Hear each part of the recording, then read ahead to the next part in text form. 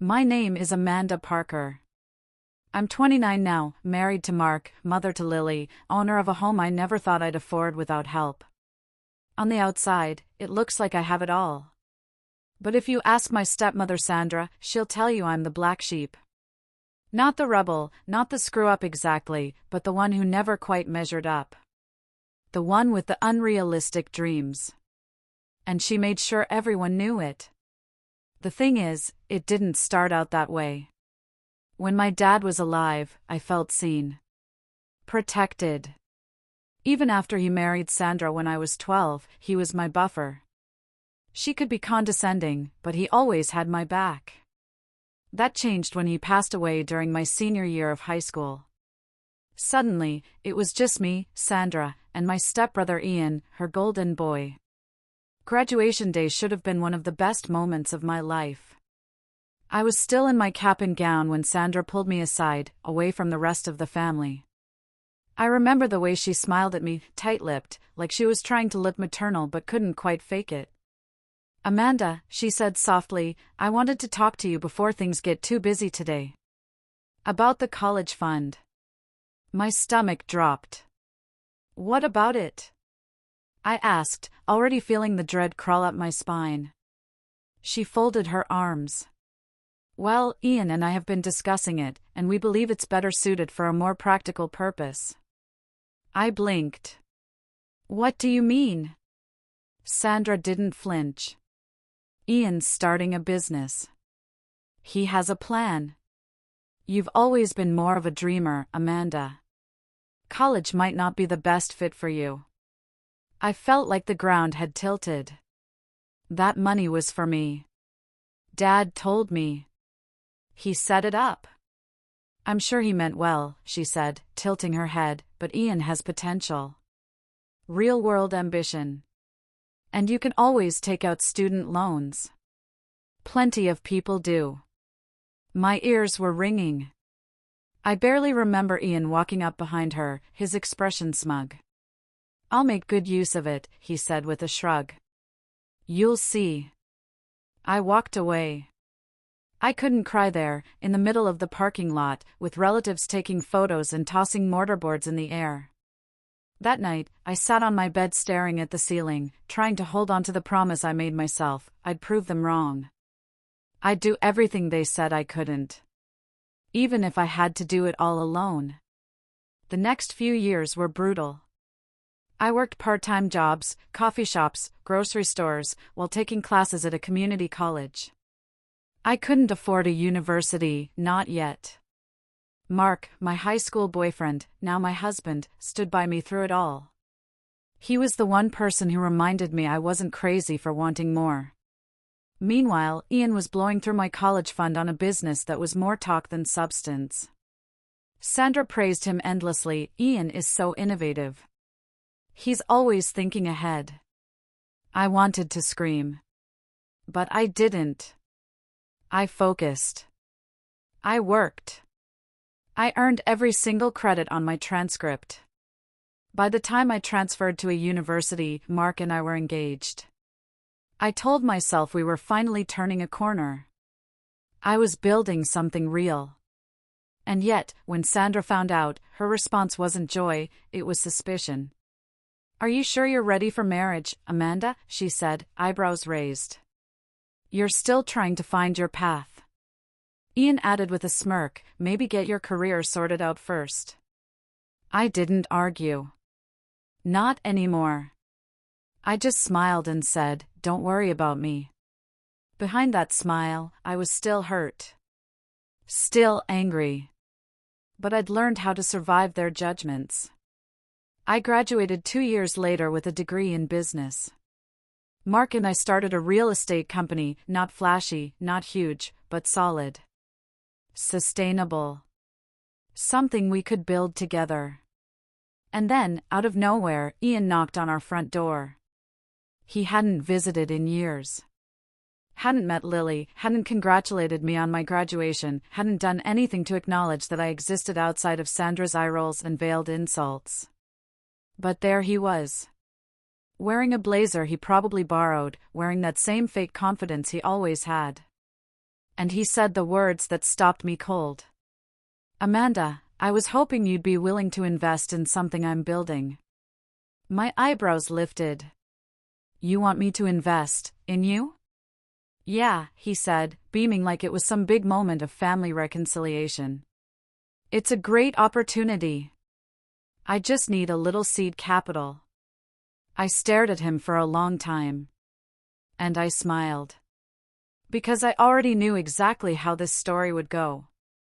Mark was in the kitchen with Lily when Ian made his little pitch.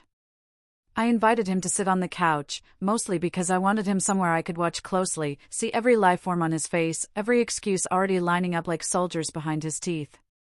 He started off with charm, as expected. "I've been working on a tech platform," he said, "something that bridges real estate with mobile booking solutions. Think of it like Airbnb, but streamlined for corporate stays." I kept my expression neutral. "And you want, how much?" He hesitated, just a flicker, but I caught it. 50,000 to start. Just enough to finalize the prototype and get the site live. I leaned back. "And what do I get?" "A seat at the table. Equity. Founding investor privileges." He smiled like he'd just handed me a golden ticket. Mark had joined us by then, standing quietly behind the armchair, arms crossed. He didn't say a word, he didn't have to. His presence was a shield. A reminder that I wasn't alone anymore. Ian went on for another 15 minutes. Buzzwords. Projections. Early momentum. He talked like someone who'd practiced this in the mirror. I listened, nodded occasionally. But I wasn't there to consider the offer, I was there to hear how far he'd go to sell it. When he finally paused, I folded my hands in my lap. "Did Sandra tell you to come?" I asked. He blinked. "What? Did she put you up to this? Or was it your idea to ask the black sheep for money?" His face flushed slightly. I didn't mean that the way it sounded back then. I tilted my head. "How did you mean it?" He opened his mouth, then closed it. "I'm doing well now," I said. "Despite being the dreamer. Despite losing my college fund to your first venture." Ian held up a hand. "Amanda, come on. That wasn't all on me. Mom thought it made sense." I cut him off. "She made it make sense. You just didn't say no." He fell quiet. For the first time, his posture sagged a little. His shoulders no longer squared. He wasn't prepared for this version of me, the one who didn't flinch, didn't soften to make him feel more comfortable. "I'm not saying I deserve a handout," he said finally. "No," I replied. "You're asking for an investment from someone you and your mother dismissed for over a decade." Mark moved beside me then. "You should go, Ian." Ian looked between us, jaw tight. "Fine. I just thought, maybe you'd want to help." "I do help," I said, rising to my feet. "But not people who buried me for years and only came knocking once they needed something." He left without another word. And I stood in the foyer for a long time after the door closed, heart racing, not from anger, but from clarity. That night, I lay in bed, staring at the ceiling, recalling every moment Sandra called me ungrateful, every time Ian rolled his eyes when I talked about my goals, every subtle and not so subtle way they'd tried to erase my ambition. They'd written me off. And now? They needed me. I wasn't going to let them rewrite the story just because it suited them now. But I also wasn't done. Because what came next, that would be the turning point. 2 days passed before Sandra called. Not texted. Not emailed. She called, the first time in over a year. I stood there staring at her name on the screen, my thumb hovering over the green button. Mark was feeding Lily in the kitchen. You don't have to answer that. But I did. Not for her, but for me. Amanda, she said the moment I picked up, not even giving me time to say hello. Ian told me about your conversation. He's devastated. I raised an eyebrow. Interesting choice of words. He came to you with humility, she went on, her voice clipped, that familiar tone like she was the only adult in the room. And you threw it back in his face. I laughed, short and sharp. He came to me for money, Sandra. Not humility. He's trying to do something meaningful with his life. So am I said. And I didn't take someone else's college fund to do it. That stopped her cold. She recovered quickly. You know what your father would have wanted? He'd want you two to support each other. My father would have never let you gut that account, I snapped. He believed in me, Sandra. You were the one who decided Ian's dreams mattered more. Silence. Then she said something that made my stomach turn. You've always had a chip on your shoulder. Maybe it's time to let that go. I gripped the phone tighter. I built a life from scratch while you called me a black sheep to anyone who'd listen. I let it go for 10 years. What I'm doing now? That's not holding a grudge. That's setting a boundary. Sandra's tone turned brittle. Well, if you won't help family. Family helps each other, I said, cutting her off. Not just the ones they favor. I hung up. For the first time in a long time, I didn't feel shaken after a call with her. I felt powerful. A few days later, Aunt Carol called me. She said she heard I'd lashed out at Ian. That I'd caused a scene. Apparently Sandra had already begun her version of the story, Amanda the bitter one. Amanda the ungrateful. Amanda the angry, jealous black sheep who couldn't be happy for her successful brother. Except this time, it didn't sting. This time, I decided to speak up. I posted something simple on social media, a note that looked like a letter but was really a line drawn in the sand. When people call you a black sheep, remember, it just means you stopped following their flock. Sometimes standing alone means standing free. People messaged me. People I hadn't talked to in years. I always wondered what happened after your dad passed. I never believed what Sandra said about you. And the most surprising one? My cousin Maddie, Sandra's niece, commented, "Good for you. They treated you like a shadow. Glad you stepped into the light." I didn't write it for attention. I wrote it because it was finally my turn to narrate the truth. And once that truth was out there, I realized something. They didn't define me anymore. The black sheep wasn't just out of the pasture. She had the mic now. I should have known Sandra wouldn't let it end with a phone call. When Aunt Carol invited me to a small family lunch, I knew something was off. It had that vague, neutral tone, too polite, too casual. Like an apology served with a side of manipulation. Mark raised an eyebrow when I told him. You think it's a setup? I don't think, I said. I know it is. Still, I went. Because there are some things you can't walk around, you have to walk through them. And I was ready. Not just to face them. To face myself. The lunch was at Aunt Carol's house. Her backyard patio was filled with folding chairs and paper plates, laughter floating through the air like it belonged in a different life. Ian was there. So was Sandra. She didn't approach me right away. Neither did Ian. They hovered at opposite corners of the yard like they were waiting for the right moment to pounce. And sure enough, just as I was reaching for a glass of lemonade, Sandra swooped in. Amanda, she said with that tight, brittle smile. So glad you could make it. I gave her a look. Not here to make a scene, Sandra. Just here to eat and leave. She blinked, taken aback by the bluntness. I just think it's important we clear the air. For the family. For the family, I repeated. Is that what this is? A peace summit? She didn't answer. just motioned toward the picnic table, where Ian had suddenly found the courage to sit down. I joined them. Aunt Carol handed out plates and then conveniently walked away. Sandra started. We all say things in moments of stress. We've all misunderstood one another. I didn't misunderstand anything, I said flatly. Ian took my college fund. You let him. And then you both told the world I was ungrateful. Ian looked down at his plate, silent. Sandra pushed forward. He was young.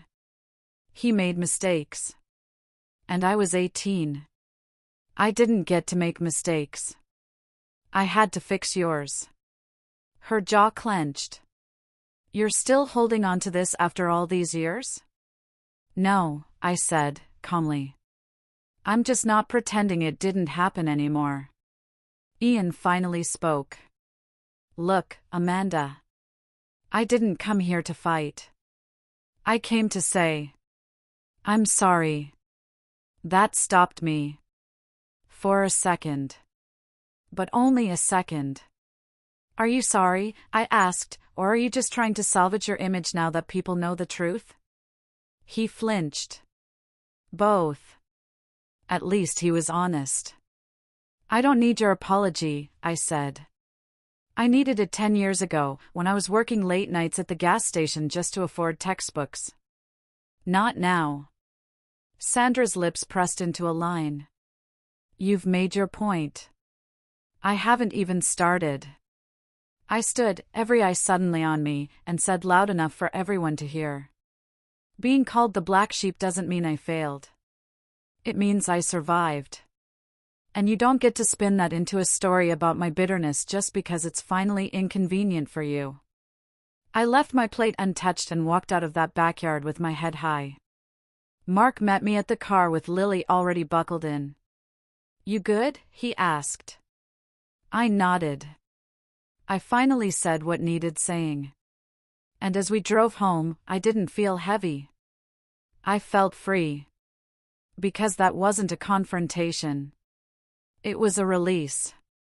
A few days after the backyard confrontation, I sat at the kitchen table with Lily napping upstairs and Mark out on a supply run for our next renovation project.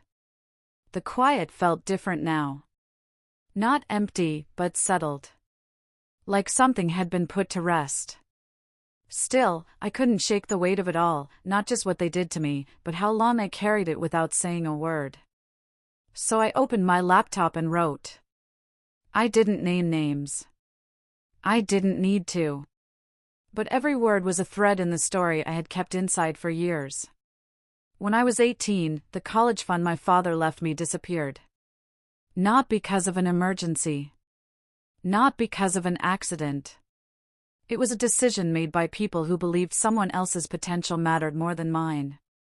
I spent years working 3 jobs, paying my way through community college while listening to family say I'd never figure things out.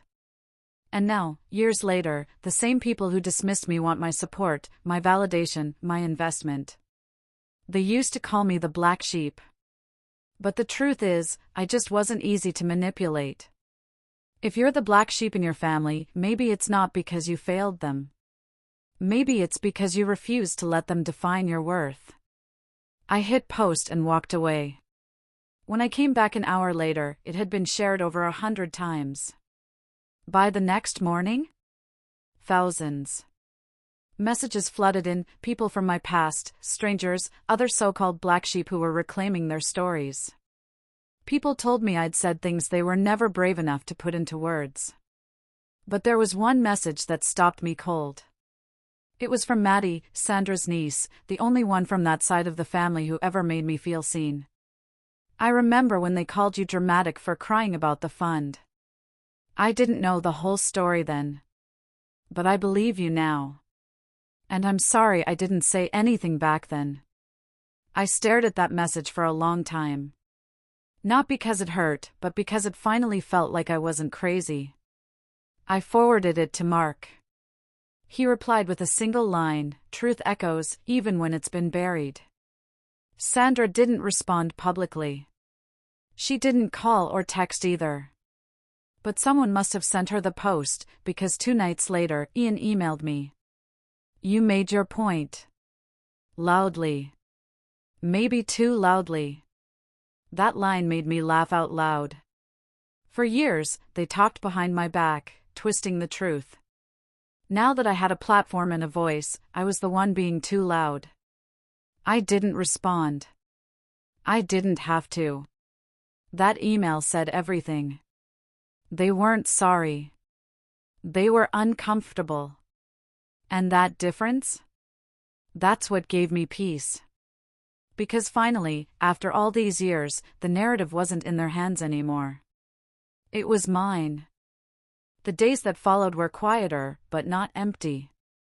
It was the kind of quiet that comes after a storm has cleared, when the debris is still visible, but the sky has finally opened up. And in that clarity, something strange began to happen. People started reaching out, not out of curiosity or gossip, but with gratitude. Coworkers. Distant cousins. Even a few people I hadn't spoken to since high school. They said things like, "I thought I was the only one. My sister did the same thing to me. I've never told anyone. You made me feel less alone." And each time I read one of those messages, I felt a little more solid in myself. Not because I was proud of the past, but because I'd finally stopped hiding from it. One message, though, made me pause. It was from Ian. Again. This whole thing, it's not how I meant for things to go. I was desperate. And I see now that doesn't excuse what I did. I'm not asking for money. Or forgiveness. I just wanted to say I was wrong. That message sat in my inbox for 2 days before I showed it to Mark. "What do you think?" I asked him. "I think he's trying," he said. "But only you know if it matters now." It did. And it didn't. So I replied. "Thank you for saying that. I hope you mean it. But I've moved on. I don't need anything from you, not an apology, not an explanation. I just need to keep building the life I've fought for. Take care of yours." And with that, the weight of waiting, for acknowledgement, for fairness, for closure, dissolved. I stopped needing to win the argument. Because I already had. That weekend, Mark and I took Lily to the park. We pushed her on the swings and laughed as she shrieked with delight, sticky fingers wrapped around my thumb like it was the anchor of her world. Watching her, I realized something I hadn't before. Every step I'd taken away from Sandra and Ian, from their voices and expectations, had been toward this. Toward stability. Toward peace. Toward a kind of love that didn't demand I shrink to stay in it. I wasn't the black sheep. I was the bridge to something better. And I wasn't just surviving anymore. I was thriving. 1 year after Ian knocked on my door with that investment opportunity, I stood in front of a room full of women at a small business conference, telling my story, not the polished version, but the real one. About the college fund. The years of scraping by. The labels. The family whispers. And how the label of black sheep had become the title of my strength. I wasn't nervous. Not anymore. Not about my voice. Not about being misunderstood. Because what I realized, somewhere along this long road, was that not everyone is meant to understand you, and that doesn't make your story any less true. After the panel ended, someone asked, "What would you say to your 18-year-old self, if you could?"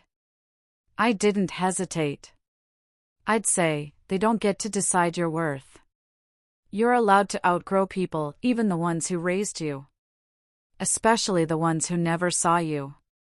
That answer came from somewhere deep inside me. Somewhere that had been bruised, but not broken. Back home, Mark greeted me at the door, Lily running straight into my arms. She smelled like peanut butter and giggles, her cheeks sticky with jelly. I scooped her up and kissed her forehead. "How'd it go?" he asked. "It went exactly how it was supposed to," I said, setting my bag down and breathing in the comfort of my home. Later that evening, after Lily was tucked into bed, I took out an old photo of my dad, the one where he's holding me up at age 5, beaming with that quiet pride only he ever gave me without conditions. "I wish you could see me now," I whispered. "But maybe you already do." I stood in the middle of the life I'd built, one made not of borrowed favors or family connections, but of grit, clarity, and so much healing. A life that didn't need permission. A life that no longer waited for apologies that might never come. They called me a black sheep because I wouldn't follow their path. But I carved my own. And it led me here. To a husband who believes in me. To a daughter who will never question her worth. To a voice that doesn't tremble anymore. Because the black sheep didn't just break free. She became the shepherd of her own damn story. And that's the ending they never saw coming.